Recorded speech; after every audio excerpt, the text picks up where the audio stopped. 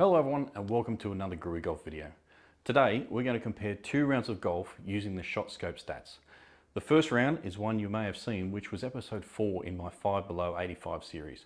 But if you haven't seen it, the link is in the top corner and there will be spoilers in this video, so you should go over there and watch that one before this one. So that round was pretty good, but the other round is what I can only describe as pathetic, woeful piece of round of golf.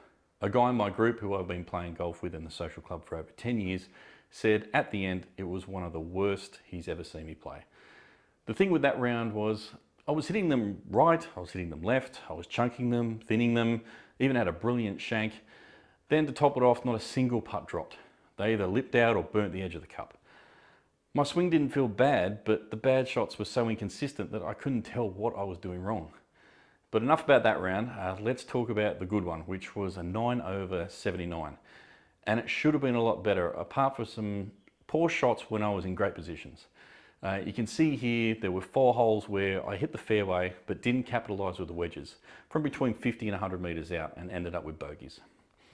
The driver was working well and I hit 61% of fairways, and the putter wasn't bad, but this round was before I started using the well putt mat. So we'll look at those stats a bit later. So a 3 over front 9 was pretty good, and I'm going to put the 6 over back 9 down to a bit of fatigue, as Campbelltown is very hilly and it was very windy, so at the end I was feeling really tired. Now reluctantly onto the other round, which was at Bankstown, and I will have to say I've played there many times and I don't think I've ever played well there. So I shot a 20 over 91 and we started on the back 9, so you'll see I actually parred the final 3 holes of the round, where my swing just seemed to fix itself and everything started to go straight, and I have absolutely no explanation how or why. The other frustrating thing is my first drive of the day on the 10th was a beauty that split the fairway. Then it was just all downhill from there.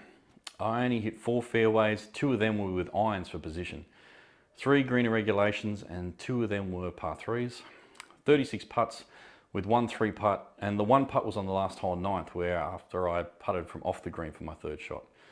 The 3 putt was also frustrating because it came on the first, which was our 10th hole.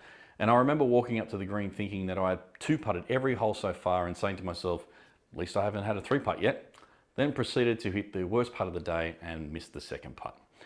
3 double bogeys and 1 dreaded quadruple bogey, which came on the shortest par 4 on the course. There's nothing really more I want to say about that round, but let's dive into the ShotScope stats and see how these rounds differ, but I think more importantly, how they're similar.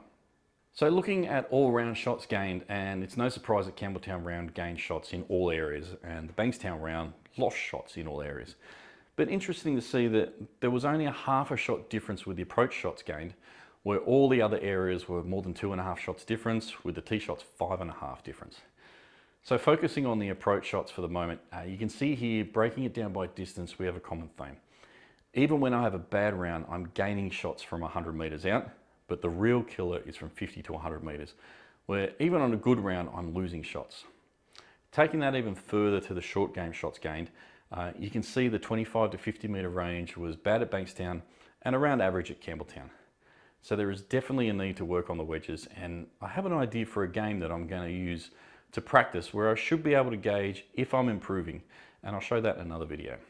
Now onto the putting, and as I said before, the Campbelltown round happened before I started using the well putt mat. And it's obvious looking here that I'm seeing some results on the course. 53% of putts at Campbelltown were short, whereas 82% of my putts at Bankstown were long and inside 1 metre.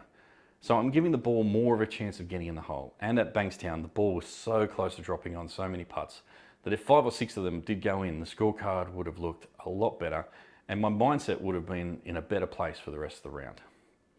So there's an insight on how I'm using ShotScope to review my rounds and find areas of improvement, not just in bad rounds, but in good rounds as well. And I'm hoping by using this information to focus on certain areas of my game, I'll see less rounds like I had at Bankstown.